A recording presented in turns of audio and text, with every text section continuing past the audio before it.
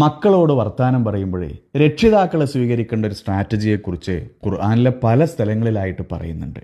മഹാനായ ലുക്മാൻ അലൈഹിസ്സലാം മകനെ ഉപദേശിക്കുന്ന സമയത്ത് എൻ്റെ കുഞ്ഞു മോനെ, എൻ്റെ കുഞ്ഞു മോനെ എന്ന് വിളിച്ചിട്ടാ ഓരോ കാര്യങ്ങളും പറഞ്ഞു കൊടുക്കുന്നത്. ഇസ്മായിൽ അലൈഹി ഇസ്ലാമിനെ ബലിയെറുക്കുന്നത് സ്വപ്നത്തിൽ കണ്ടതിനെക്കുറിച്ച് ഇബ്രാഹിം നബി ഇസ്മായിൽ നബിയോട് പറയുമ്പോഴും എൻ്റെ കുഞ്ഞു മോനെ എന്നാ വിളിക്കുന്നത്.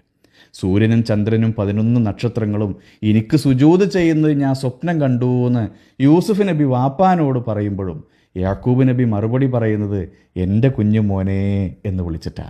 പ്രിയമുള്ളവരെ, മക്കളോടുള്ള വർത്താനത്തിലെ സ്നേഹവും ബഹുമാനവും വാത്സല്യവും ഒക്കെ ഉണ്ടാവണം.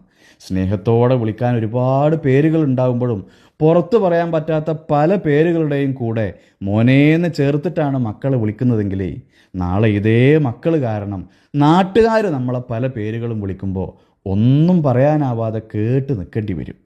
തല്ലാനും തെറിവിളിക്കാനും മാത്രമല്ല, നമ്മളെ മക്കളെ ഒന്ന് തലോടാനും അവരെ ഒന്ന് കൂട്ടിപ്പിടിക്കാനും ഒക്കെ നമുക്ക്